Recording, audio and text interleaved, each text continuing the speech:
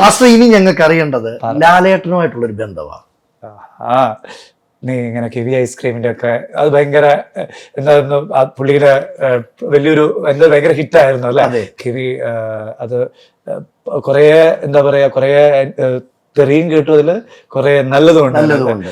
അപ്പം അതിലേക്ക് വരാൻ ഒരു ലാലേട്ടനെ പഠിപ്പിക്കുക എന്ന് പറയുന്നത് അറിയാലോ, ഏറ്റവും നമ്മുടെ കൊറിയോഗ്രാഫർ ഏറ്റവും വലിയൊരു ഡ്രീമായിരുന്നു.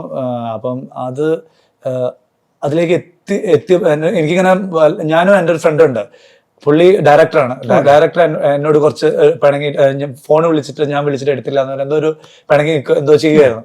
എന്നിട്ട് അവൻ പുള്ളി എന്നെ ഒരു ദിവസം വന്ന് അവിടെ വന്ന് കണ്ട് എന്നോട് പറഞ്ഞു, ഇത് നീ കേട്ടാ ചിലപ്പോൾ ഞാൻ കിട്ടും, ഞാൻ എൻ്റെ പുതിയ പ്രോജക്റ്റില് ഞാൻ വരുന്നില്ല. ഞാൻ പറഞ്ഞ ഞാൻ വരുന്നില്ല, നിന്റെ പരിപാടി നീ എന്നെ ഫോൺ വിളിച്ചിട്ട് നീ എടുത്തില്ല, നിന്റെ പരിപാടി ഞാൻ ചെയ്യില്ല. എടാ ഞാൻ പറയുന്നത് കേൾക്ക്, ഇല്ല ഞാൻ വരില്ല കൊറിയോഗ്രാഫി എന്നൊക്കെ പറഞ്ഞ് തമാശയൊക്കെ കൊണ്ട് പറഞ്ഞു. എടാ ലാലേട്ടനാ നീ കൊറിയോഗ്രാഫി ഞാനൊന്ന് കുറച്ച് എന്നാ ഞാൻ വരാം.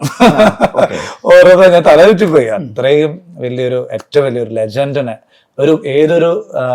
ഏതൊരു കൊറിയോഗ്രാഫറും ഏതൊരു ആൾക്കാരും ആഗ്രഹിക്കുന്നതാണ് അദ്ദേഹത്തിനെ പോലത്തെ ഒരു ആളെ ഒരു മിനിറ്റെങ്കിലും, ഒരു 2 minutes ആണെങ്കിലും ടീച്ച് ചെയ്യാന്ന് പറയുന്നത് വലിയൊരു കാര്യമാണ് അച്ഛൻ.